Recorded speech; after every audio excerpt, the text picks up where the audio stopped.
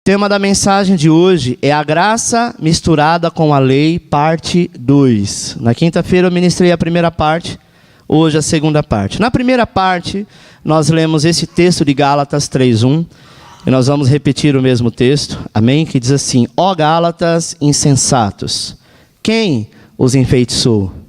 Não foi diante dos seus olhos que Jesus Cristo foi exposto como crucificado? Gostaria de saber apenas uma coisa: foi pela prática da lei que vocês receberam o Espírito? Ou pela fé naquilo que ouviram? Será que vocês são tão insensatos que, tendo começado pelo Espírito, querem agora se aperfeiçoar pelo esforço próprio? Será que foi inútil sofrer em tantas coisas? Se é que foi inútil, aquele que lhe dá o seu Espírito e opera milagre entre vocês, é o que realiza essas coisas pela prática da lei, ou pela fé com a qual receberam a palavra? Preste atenção, na semana passada eu falei a respeito disso, que ele começa a dizer, deixa aí no primeiro versículo, por favor, Ednilson. Ele começa a chamar os Gálatas, né, a igreja da galáxia. Ele começa a dizer assim: ó Gálatas insensatos, quem os enfeitiçou? Por que Paulo fala com os Gálatas de uma forma tão dura? Pelo que nós sabemos da história, os Gálatas, amados, eles eram teoricamente melhores do que a igreja de Corinto. A igreja de Corinto era uma igreja que vivia em rebeldia, irmão processando irmão. Era uma igreja que vivia, sabe, alguns irmãos saíam do culto e iam para alguns lugares com prostíbulos, juntamente com prostituta. Era a igreja que, quando os homens falavam algumas coisas, as mulheres eram tão abacaxi que mandavam eles calarem a boca porque estava errado o que eles estavam fazendo. Uma das igrejas mais problemáticas. E você vê que a carta aos Coríntios, Paulo corrige muito esta igreja. A igreja de Gálatas não tinha esses defeitos todos, esse pecado todo. Mas a igreja de Gálatas cometia um pecado, amado, que era pior do que todos os outros coríntios juntos. Sabe qual era o pecado da igreja de Gálatas? A igreja de Gálatas misturava a graça com a lei. Alguém semeou no meio deles dizendo assim: olha, só a graça não basta. Vocês precisam carregar um pouco da lei e saber que para que vocês sejam salvos, vocês precisam fazer a tua parte. Então é assim, você foi salvo, a partir de agora o negócio vai ficar estreito. Você já ouviu isso? Irmão, você aceitou Jesus? Aceitei. Então se prepara, porque agora o Satanás vai se levantar. Quem já ouviu isso? Olha, você vai descer as águas do batismo, então se prepara, porque agora a luta vai vir. Aí você fala: meu Deus, então era melhor ter ficado no mundo. Porque no mundo já era uma loucura terrível, já era uma perseguição do diabo. Agora eu aceitei Jesus e o negócio vai ficar pior. Isso é lei. A Bíblia diz que tudo que ele fez na cruz, ele já nos justificou de todo o pecado, e nós não precisamos fazer absolutamente nada. Quantos já ouviram pessoas pregando, pastores pregando, que você está muito bem, mas se de repente você pecar, você vai para o inferno por causa desse pecado? Deixa eu te dizer uma coisa, irmãos. Uma vez salvo, salvo para sempre. Como assim, pastor? Então eu estou salvo, não vou mais para o inferno? Se verdadeiramente você aceitou Jesus como Senhor e Salvador, houve um novo nascimento. Não existe ex-filho. Amém? Não existe ex-filho. Pastor, então quer dizer que agora na graça eu posso pecar à vontade como faziam os coríntios? Não. A Bíblia diz em Romanos 5 o seguinte: que aonde abundou o pecado, superabundou. Mas Romanos 6 fala algumas coisas consertando isso. Alguém diz: então a partir de agora eu posso andar de qualquer jeito? Diz: não. Sabe o que a palavra de Deus diz, amado? Aquele que tem prazer no pecado não nasceu de novo. E se não nasceu de novo, não é salvo, não é filho. Amém?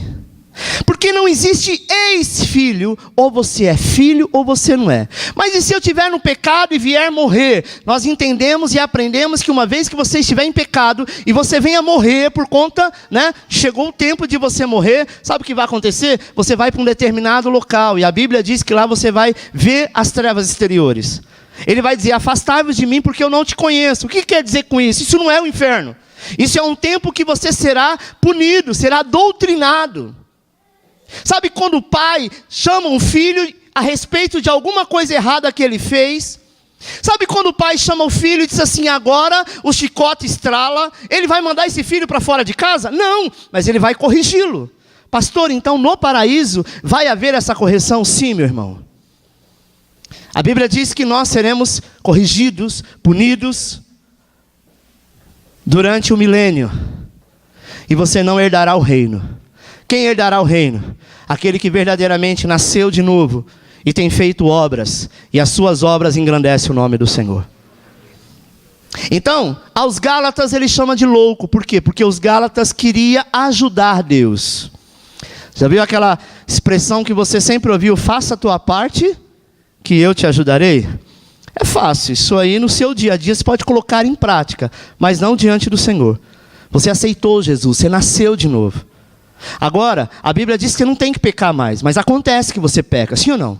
Acontece momento que você desliza, sim ou não? Mas mesmo assim, você não vai deixar de ser filho. Quando verdadeiramente você for ao Todo-Poderoso, diante do Senhor, e dizer assim: Senhor, agora eu quero me redimir. Eu quero pedir perdão. Ou o filho pródigo, quando ele gasta toda a fortuna do pai, e ele volta, o pai expulsa ele. Deixa ele de castigo em algum lugar e fala: fica aí, miserável, endemoniado. Foi isso que o pai fez? Não, o pai vai de encontro com ele, atravessa toda a cidade, abraça aquele homem, sabe? E esse abraço do pai, ele estava dizendo o seguinte: ninguém toca nele, porque eu justifico. O que ele fez era digno de morrer em praça pública apedrejado.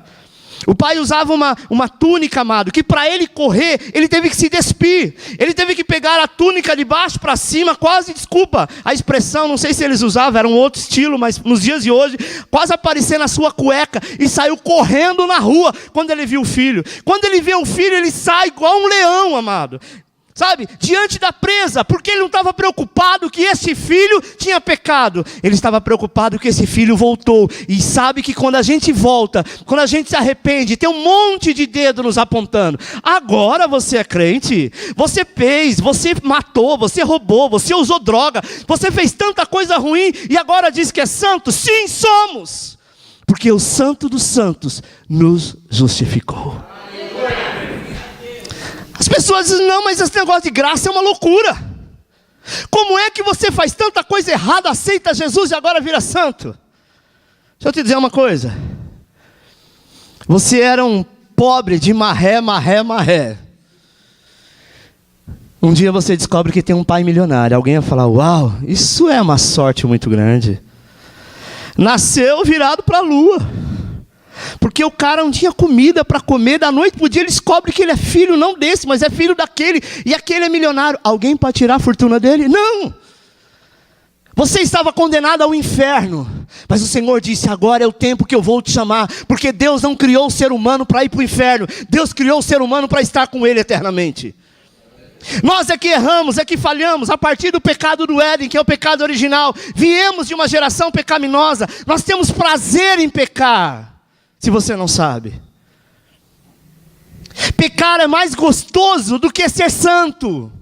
Mas deixa eu te dizer uma coisa: não é você sendo santo que você vai se aproximar de Deus, porque a santidade está em Jesus. Ele é o santo perfeito. Mas quando você está em Cristo, Deus Pai olha do alto céu e não vê você, Ele vê Cristo encarnado em você, e Ele diz: justificado, tetelestai. Sabe, irmãos, às vezes nós achamos que precisamos fazer alguma coisa. Eu quero nesse momento fazer um paralelo entre a lei e a graça. Aquele que vive debaixo da lei, invariavelmente sentirá em algum momento que Deus está mal com ele.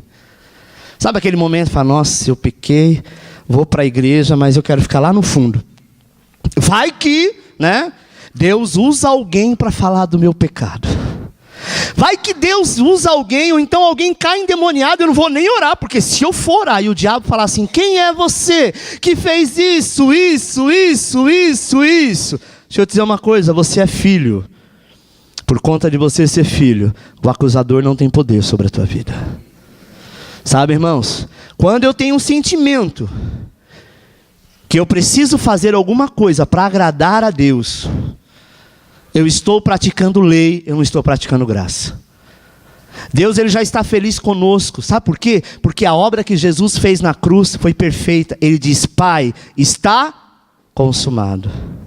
Em nenhum momento você vê a Bíblia falando no Novo Testamento, agora você aceitou Jesus, agora você vai ter que fazer a tua parte. Porque se você não fizer a tua parte direitinho, se você não orar todo dia, não jejuar todo dia, se você jejuar, você quebrar, você volta a estaca zero, e se você morrer desse jeito, você vai para o inferno, eu não vejo isso na Bíblia. Mas quantas vezes ensinamos isso? Porque não tínhamos a revelação da graça. Sabe, irmãos, Deus já está feliz com a obra que Jesus fez na cruz. Para de aceitar a acusação de que Deus está com raiva de você porque você errou. De que Deus está chateado, irado com você porque você pecou. Preste atenção, você não conhece um Deus irado. Você não sabe o que é ira de Deus. E nem queira saber. Eu quero te dizer que você pode desfrutar de paz. Porque aquele que foi justificado pela fé, agora tem paz para com Deus. Pastor, e como que eu posso ter certeza disso? Então, isso chama fé. Você acredita em Deus? Acredita. Você já viu Deus? Não, então, isso chama fé. Então é pela fé que eu entendo que Jesus fez tudo que era preciso fazer. E disse, Pai, aquele que vier a mim, de maneira nenhuma, eu lançarei fora. Mas com detalhe, só se ele for direitinho. Só se ele comer direitinho. Não é? Eu gosto sempre de pensar em Ló e a sua família. Por quê, pastor? Porque eles estavam vivendo numa cidade chamada Sodoma e Gomorra. E eles não estavam numa posição muito elevada espiritualmente, sim ou não? Sabe quem eram as filhas de Ló? Eram lésbicas. Era uma das cidades que mais tinha a comunidade gay da época. É tanto que quando o anjo vai lá visitar Ló para tirar ele da cidade, os homens queriam atacar aqueles anjos. Dizendo, deixa eles para nós. Ló fala, não, pega minhas filhas. Coisa boa elas também não eram. E para o pai dizer, leva minhas filhas. Para você ver que o nível de espiritualidade deles era baixíssimo. Mas eles estavam num tempo da graça. Aprenda, amado, claramente foi armada uma tenda. Sabe, Ló, ele começou devagar, ele foi armando tenda, foi chegando, até o momento que ele chegou em Sodoma. Você já viu aquela pessoa que está na igreja bem, daqui a pouco ela vai esfriando, vai saindo, até ela chegar em Sodoma e Gomorra? Todos nós conhecemos, todos nós somos sujeitos a isso. No entanto, eles estavam debaixo de uma aliança chamada graça. A Bíblia diz que o Senhor mandou o anjo para destruir a cidade. Mas veja o que o anjo disse para Ló. Gênesis 19, 22. O anjo disse assim, apressa-te, refugia-te nela, pois nada posso fazer enquanto não estiveres chegado lá. Por isso se chamou Zoar o nome da cidade. É engraçado, olha, continua. Saía o sol sobre a terra quando Ló entrou em Zoar. Então fez o Senhor chover enxofre e fogo da parte do Senhor sobre Sodoma e Gomorra. Continua no quadro. Gosto quando o anjo diz, não posso fazer nada enquanto não tiveres chegado lá. Põe o próximo, Ednilson. O Ednilson está lá não, né? Pode pôr o próximo. Próximo. Aí. Nada posso fazer enquanto não chegar lá. Sabe por quê, amado? O anjo ele não poderia ter destruído Ló com as suas filhas, com toda a cidade? Sim ou não? Mas o anjo falou assim, enquanto você não chegar a Zoar. E a Bíblia diz que Ló só chegou lá com a sua família quando o sol se pôs. Então ele saiu de manhã, passou todo o processo caminhando até chegar lá. Quando ele chegou nessa cidade, Deus derrama fogo e enxofre. Sabe uma coisa que às vezes nós imaginamos agora na graça? que Deus nos odeia quando nós erramos ou falhamos. É claro que Ele não fica à vontade. A presença de Ló, amado, impedia que a ira de Deus fosse derramada. Você também é como Ló. Enquanto você estiver aqui, a ira de Deus não pode ser derramada. Sabia que enquanto a igreja estiver na terra, o anticristo não pode reinar? Ele só vai reinar o dia que a igreja for arrebatada da terra. Sabe, amado, a ira de Deus não está sobre você, ainda que o diabo coloque isso na tua mente. A Bíblia diz que os Gálatas estavam abandonando a pureza do Evangelho da Graça, estavam misturando com a lei. Porque eles achavam que eles precisavam fazer alguma coisa para merecer a salvação. Isso é lei. É a lei que diz, olha, se você não cumprir todos os mandamentos, você não será salvo. E a Bíblia diz que ninguém, exceto Jesus, cumpriu a lei. Nem Moisés. Moisés deveria ser o referencial, sim ou não? Por quê? Porque juntamente a ele que foi dado a lei. Então ele foi o primeiro a ler a lei. A lei era algo, amado, tão pesado, que eles tentaram destrinchar a lei. Criaram mais 600 e poucas outras leis dentro dos 10 mandamentos. E todos eles diziam o seguinte, no final, se você, na vida, cumpriu toda a lei, e um só, você deixasse de cumprir, você voltava a estaca zero. Moral da história, ninguém consegue. Eu quero te dizer que os Gálatas não deixaram de crer em Cristo. Eles criam em Cristo. Mas eles acrescentaram a lei e fez um evangelho misturado. Constantemente nós somos tentados, muitas vezes, a voltar à lei. E como saber, pastor, se eu estou misturando a graça com a lei? Deixa eu te dizer uma coisa, se a obra da cruz não faz diferença no seu dia a dia, é um sinal de que você depende das obras da lei.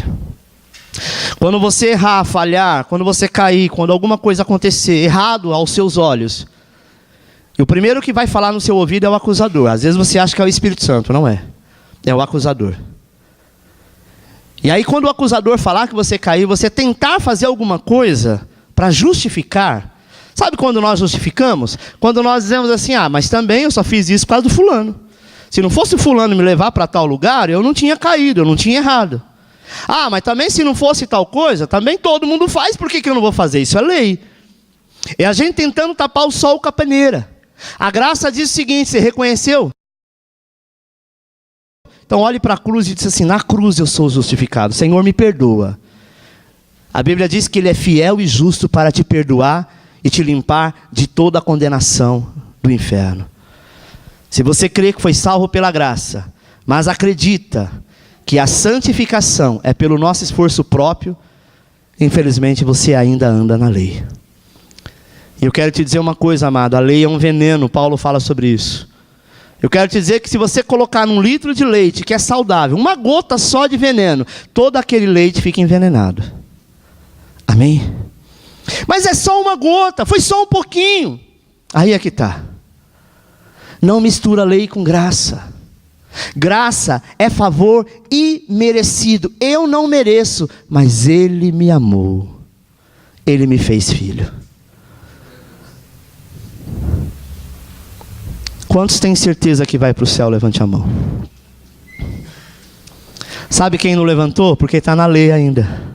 Como assim, pastor? Fica assim, não sei, já fiz tanta coisa errada, Deus, sei lá, acho que Deus vai nem olhar para mim. Quem sou eu para Deus olhar para mim? Eu errei, eu pequei, eu fiz tal coisa ontem. Sabe, irmão? Se você nasceu de novo, não tem como o pai viajar, levar para uma grande viagem e deixar os seus filhos para trás. Olhe para o teu irmão e diz assim, você é o filho preferido dele. Talvez você fala, não, o filho preferido dele é Pedro, é Paulo, é João. Pergunte para um pai, quantos pai e mãe tem aqui? Levante a mão. Pergunte para ele qual é o seu filho preferido, ele tem 10, os 10 é preferido. É ou não?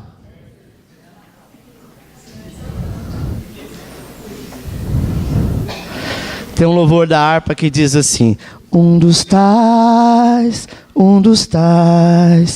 podes tu também dizer, sou um dos tais. Você é um dos tais.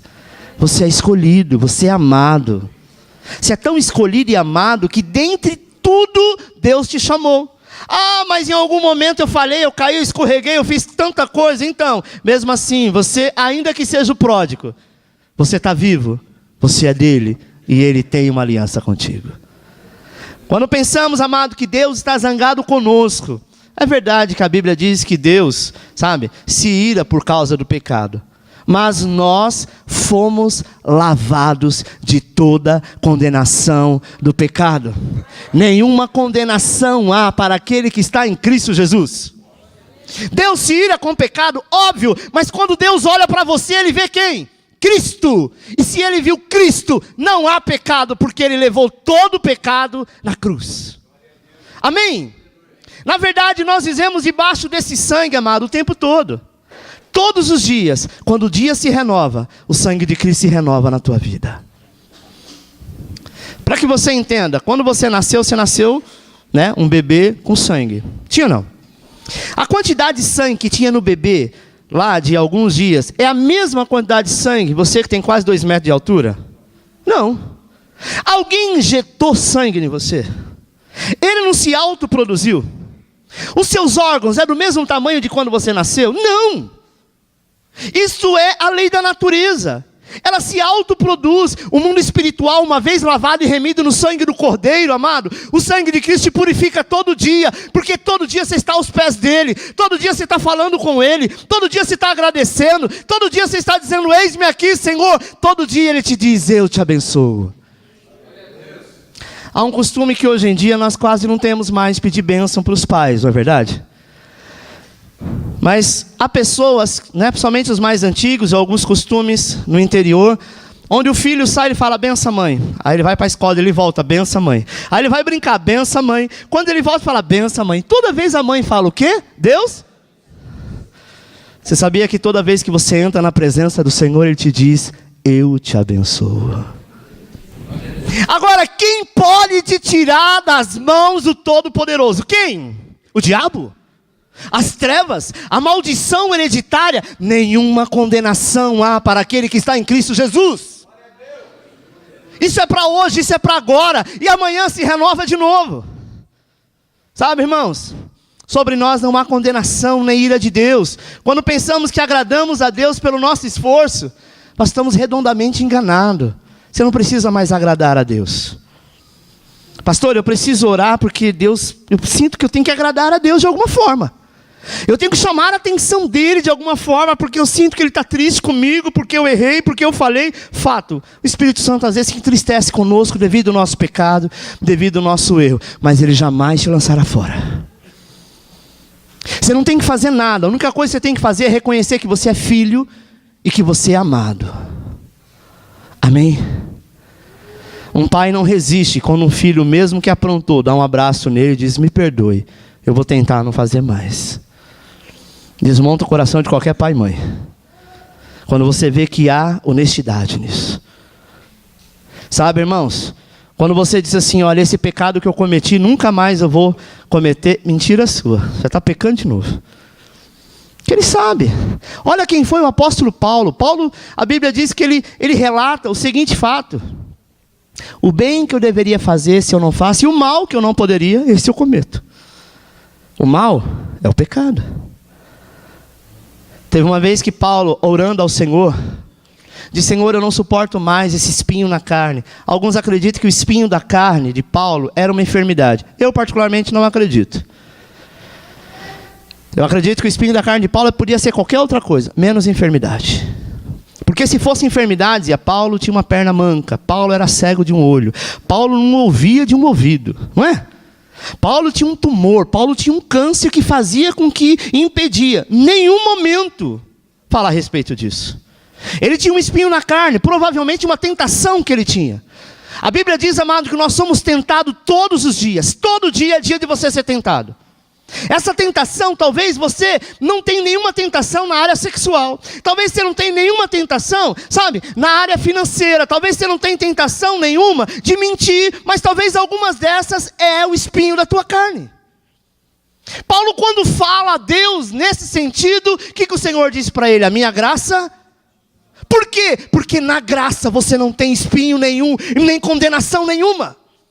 Aquilo que está te empurrando, sabe, que fica torturando você. E você diz, como que eu vou ser líder se eu tenho vontade de fazer isso? Como que eu vou ser crente e vou para o céu se tem hora que eu tenho vontade de fazer tal coisa? Quantos aqui em algum momento na vida não sentiu vontade de matar?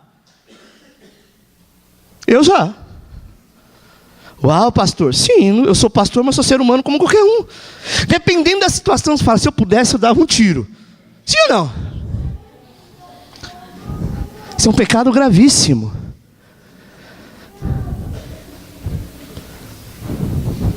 Você está entendendo?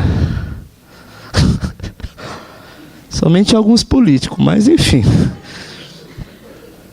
Nós não podemos nos levantar contra a autoridade delegada, né? Amado, eu não sei qual era o espinho da carne de Paulo, mas eu sei quando eu chegar lá, a primeira coisa que eu ver, Paulinho, vem aqui. Vamos conversar. Paulinho é bom, né? Quem vê pensa que eu sou altão para falar Paulinho. Qual era o espinho da tua carne, Paulo? Capaz de ele dizer, não interessa, a graça do Senhor me bastou o tempo inteiro. Sabe, irmãos? Para de se auto-julgar e condenar.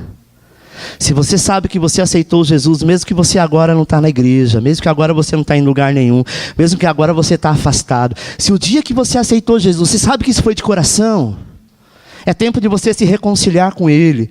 Para quê? Para voltar a ser filho? Não, você nunca deixou de ser filho. Mas para voltar a andar debaixo da graça. Porque quando nós andamos debaixo da graça, nós andamos debaixo da bênção. Eu quero dizer que uma criança, amado, que ela reconhece o pai e a mãe, ela não vai preocupada, dormir, dizendo, será que amanhã tem mamadeira? Será que amanhã meu pai vai ter dinheiro de comprar meu leite? Ele sabe que eu gosto de bala, ele sabe que eu gosto de chocolate. Ela não está preocupada com isso, sabe por quê? A única preocupação que ela tem é, amanhã eu vou acordar e vou desfrutar de brincar. Vou estar com meu primo, com a minha prima, vamos jogar bola, vamos fazer isso. Só coisa boa, para ele é bênção. O Senhor quer que você seja como uma criança. Como que eu posso ser como uma criança? Quando eu reconheço a obra da cruz e saber que sou filho. Não mereço, mas eu estou debaixo da graça.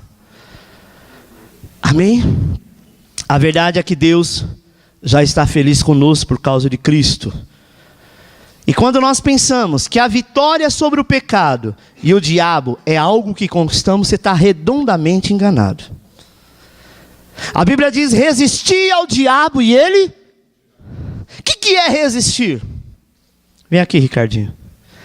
Resistir é o Ricardinho, né? Ele não é o Satanás, não. Um Satanás loiro... Ia ser muito bonito esse Satanás, mas não é não. Ele é só aqui um símbolo.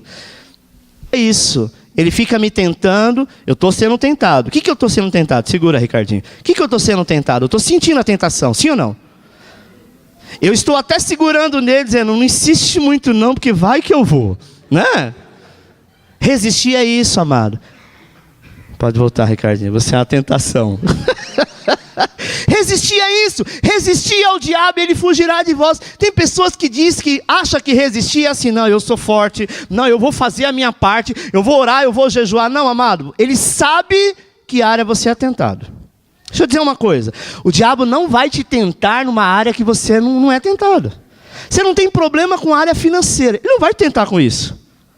Ah, mas o meu problema é mulher, então pode ter certeza que só vai vir pombagira. Sabe? Ele vai te tentar. Seu problema é na área sexual, seu problema é mentira, seu problema é sei lá qual for. É nisso que ele vai te tentar. Mas o Senhor diz, resista. Fica firme. Porque ele fugirá. Ele não diz que ele vai cansar. Fugir é assim, a graça do Senhor é derramada de uma maneira tão grande na tua vida, que quando você olhar para a cruz e dizer assim, eu estou sendo tentado, minha vontade é fazer, minha vontade é cair, é pisar na jaca, minha vontade é chutar o pau da barraca, mas Senhor, eu sou justo. Eu estou pensando nisso, eu estou com vontade de fazer isso, esse é o desejo, mas eu amo a cruz, eu amo o que o Senhor fez. Ele começa então a fugir de você, porque ele diz, com esse não tem jeito, ele sabe quem ele é, ele está debaixo da graça, ele vive a plenitude do Senhor, e Deus então começa a agir. Sabe, irmãos, quando você acha que é você que resiste, porque você é o crentão, é o cara que vai para o monte todo final de semana, que você ora, que você jejua. Se você acha que você é maior do que alguém, porque você faz, está redondamente enganado. Quero te dar um exemplo. São 3 irmãos, uma família. 2 não têm dinheiro e 1 tem dinheiro. E um terreno é da mãe, o pai já morreu, ficou a mãe lá. Aí um dos filhos que tem dinheiro, é endinheirado, ele fala, olha, nós vamos derrubar esse casebre aqui e vamos fazer uma mansão. Ele pode fazer? Sim ou não? Mas o dia que a mãe morrer, a mansão é dele? Não. Vai ser dividido em 33% para cada um. Agora, acompanhe comigo. Tem pessoas, como esse irmão que construiu a mansão, ele viveu um tempo bem, ele fez um investimento, talvez o tempo que ele ficou lá, pagou pelo luxo que ele teve, que ele pagou um alto preço, mas pagou. Mas um dia ele vai ter que dividir por igual, se não houver ali uma conversa, sim ou não? Eu quero te dizer que aquela pessoa que ora muito, que jejua muito, ele vai ter o benefício disso sim. Ele vai ser uma pessoa abençoada sim, ele vai ter sensível ao Espírito sim, mas não quer dizer que ele vai para um céu melhor do que você que não tem essa intimidade toda. Porque algumas pessoas têm o chamado de orar, outras pessoas têm o chamado de jejuar, outras pessoas têm o chamado de louvar, outras pessoas têm o chamado de nada, mas é filho. E sendo filho, vai para o mesmo lugar. É claro que aquilo que você faz aqui na terra será justificado para o reino, mas todos serão salvos porque é filho. Está entendendo, irmãos? É claro que com isso me faz eu buscar mais. Entendeu? A vitória é algo que nós recebemos pela graça. Acompanhe comigo no quadro. Quando vivemos constantemente com sentimento de culpa e condenação por causa de nossos pecados. Quem acha que precisa se punir, não entendeu que seus pecados já foram cravados na cruz. Quando pensamos que a vida cristã é muito difícil e penosa, a verdade é que a lei é sempre penosa, mas a graça traz paz e... Quando você pensa que não merece receber a bênção, se pensa que precisa ser merecedor da bênção de Deus, então você ainda não entendeu a graça da bênção imerecida. Na lei, você deve merecer para receber, mas na graça você recebe sem merecer. Não merecemos, mas Ele nos amou. Sabe quando você de repente está na rua, alguém falou, você tem uma moedinha aí para me dar? Você é tocado, sei lá, tirar uma nota de R$100 e dar para a pessoa. Ela vai ficar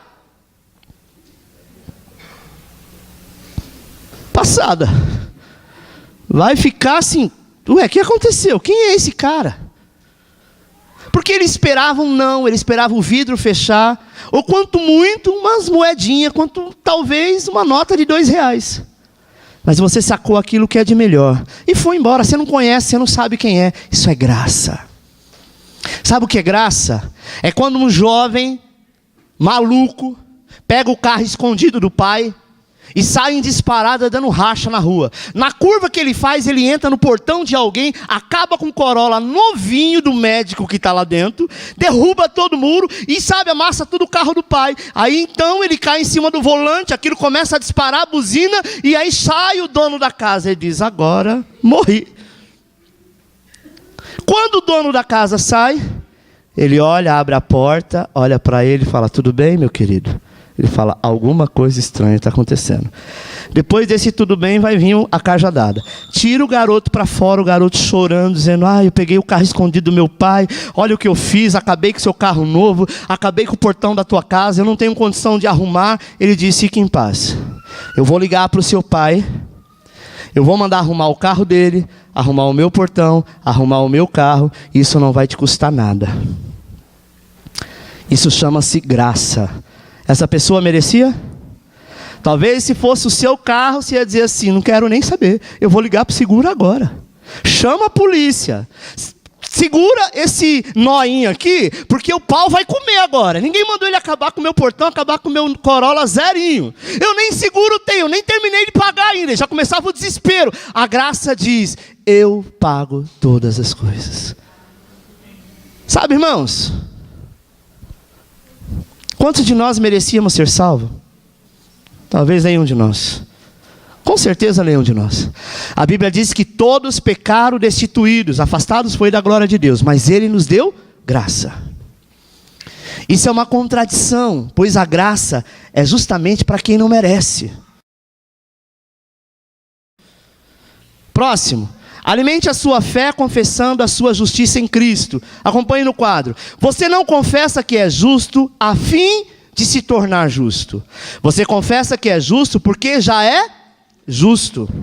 Esta é a sua realidade por causa do sangue de Jesus que o justificou. Isso deve ser aplicado todas as verdades espirituais. Você já é rico porque ele se fez pobre para que pela sua pobreza nos tornássemos ricos, segundo Coríntios 8:9. Nós confessamos a verdade para ficarmos mais conscientes da sua realidade. Quando nós confessamos, amado, nós ficamos conscientes de realmente quem somos. Sabe?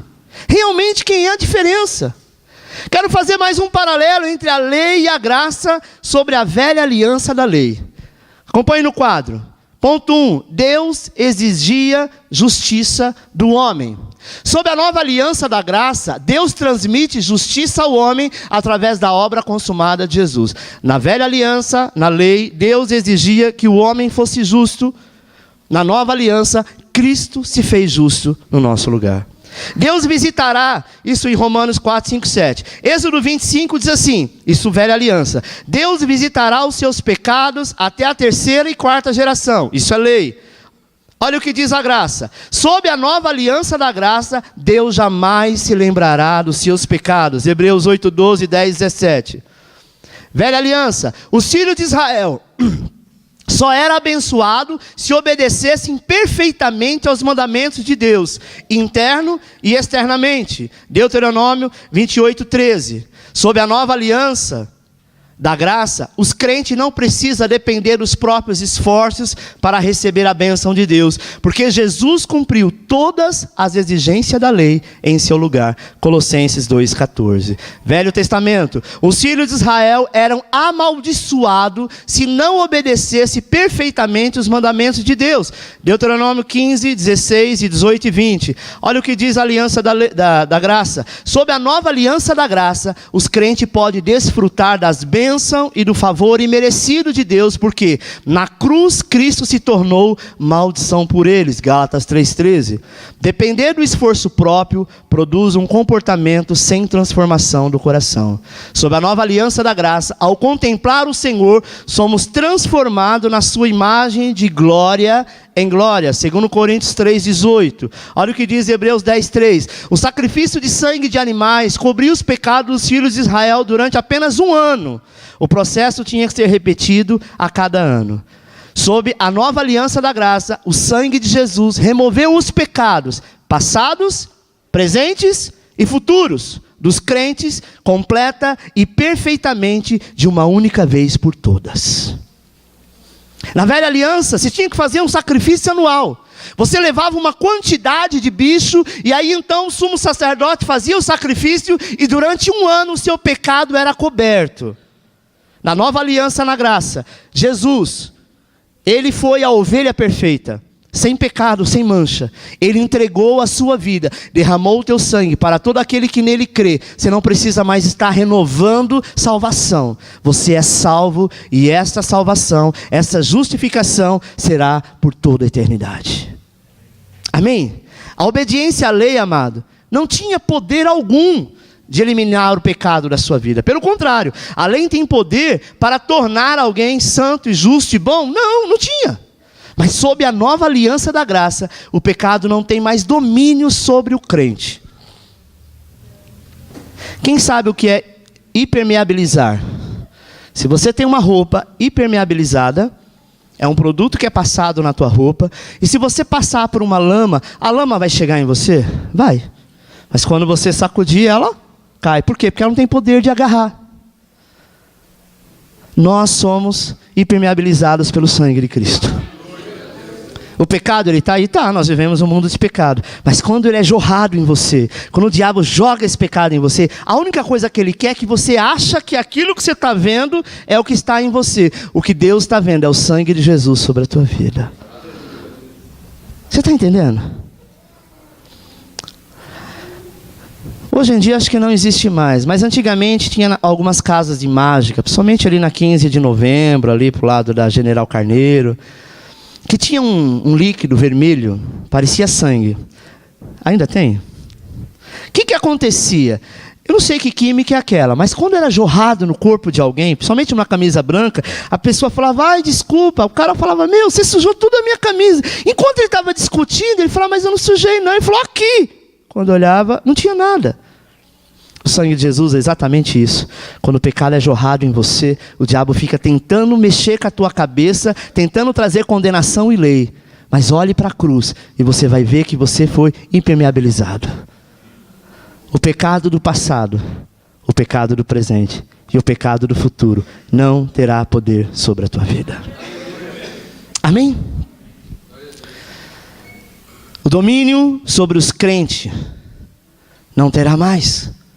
Porque o domínio está sobre o poder de Cristo para fazer você vencer toda a tentação.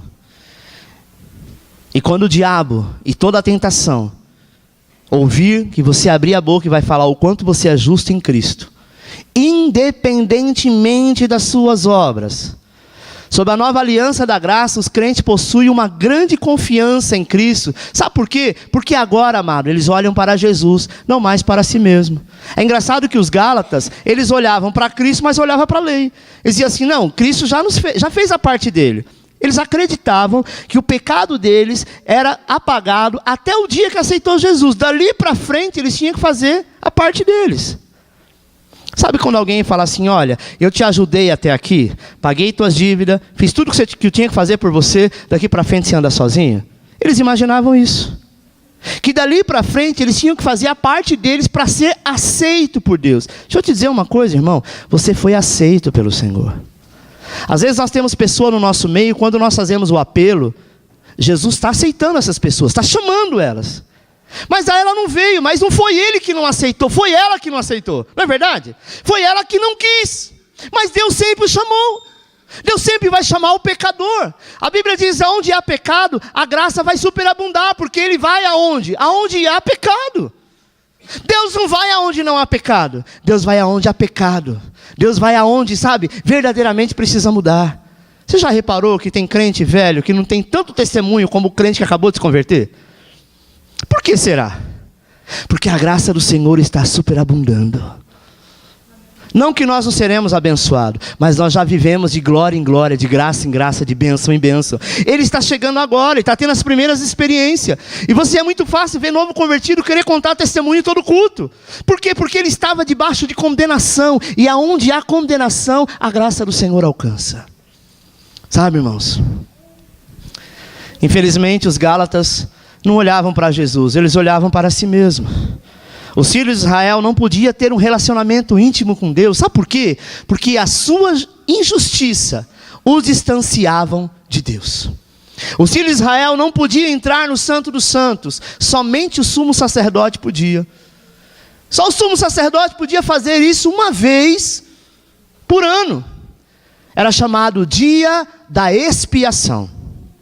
Havia um lugar onde tinha a Arca da Aliança, onde tinha o lugar do sacrifício. Um único homem da tribo de Levi é que entrava o sumo sacerdote. E olha como que a lei era terrível. O sacerdote, ele usava uma roupa, e embaixo das tuas roupas havia alguns sinos. Porque se ele entrasse em pecado no Santo dos Santos, ele era fulminado lá. Então ele entrava e tinha uma corda amarrada. Enquanto ele estava andando lá dentro, se movimentando, o povo do lado de fora não podia entrar. Por quê? Porque nem a arca podia tocar. Imagina entrar no lugar onde a arca estava.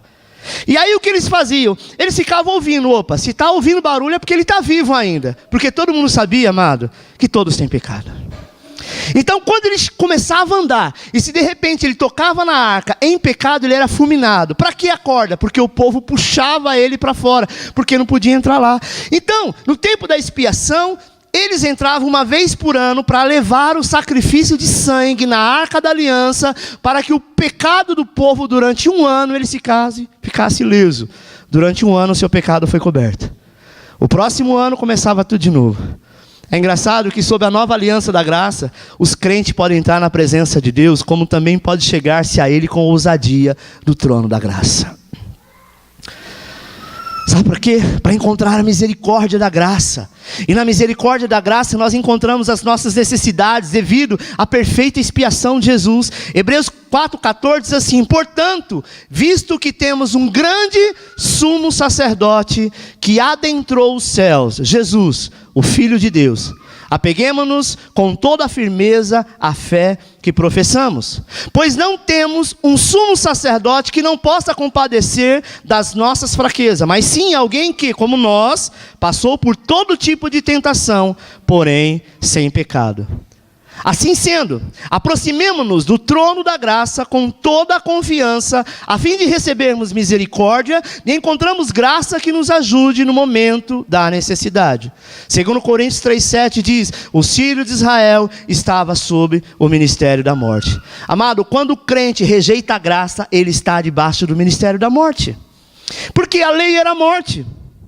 Ninguém podia entrar no Santo dos Santos, era um lugar que só o sacerdote entrava. O sumo não era o sacerdote, era o sacerdote maior. E a Bíblia diz que Jesus é o sumo sacerdote que entrou, que na cruz do Calvário, quando ele morre, o véu que separava o Santo do Santo do lugar santo, rasgou de cima a embaixo. Sabe por quê, irmão? Para dizer: agora está livre, agora o negócio, sabe, agora não vai ficar mais assim, esse bloqueio, porque eu já paguei o preço, eles são livres, eles entram no céu, não pelo sangue de animais, mas pelo sangue do Cordeiro.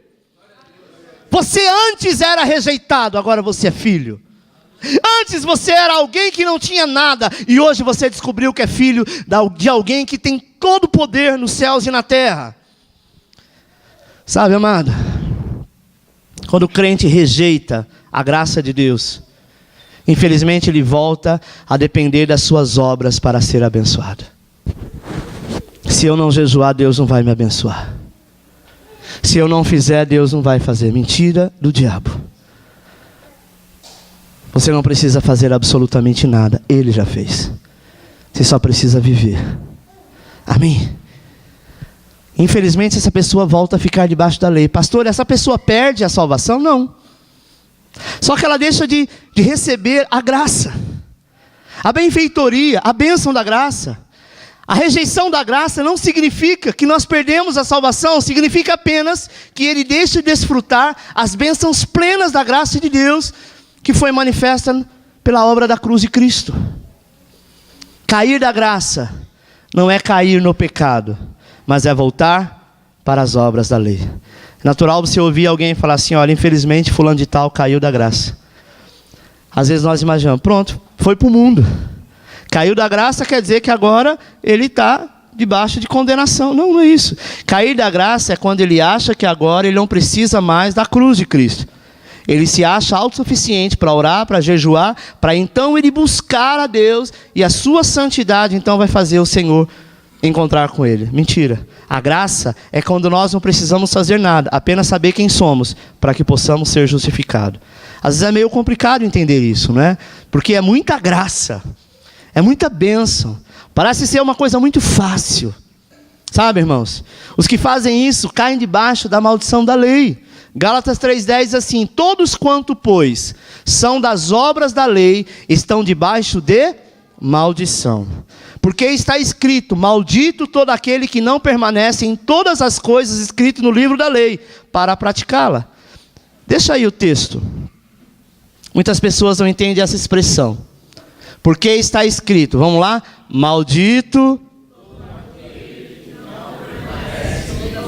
em todas as coisas escritas no livro para...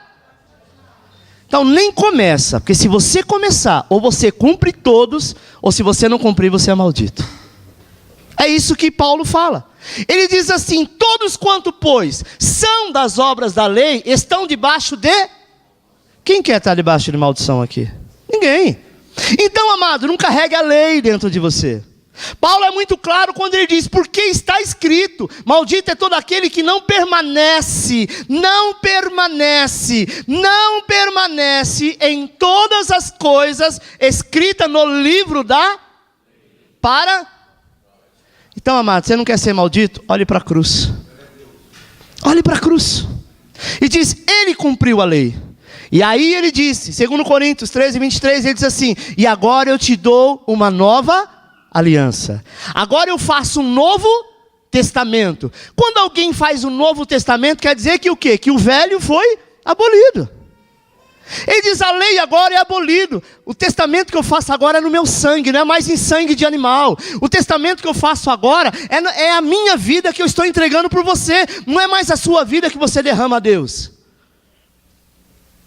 A obediência, eu cumpri, porque você jamais vai conseguir ser obediente.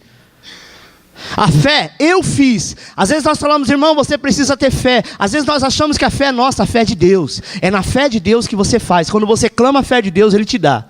Cristo diz, te dou um novo testamento. A partir do meu corpo e do meu sangue. E toda vez que você participar da Santa Ceia, você comer do pão, você será curado. E você beber do sangue, você será liberto de toda a condenação que a lei produziu em você. Está entendendo, irmãos? Nenhuma condenação há para aquele que está em Cristo Jesus.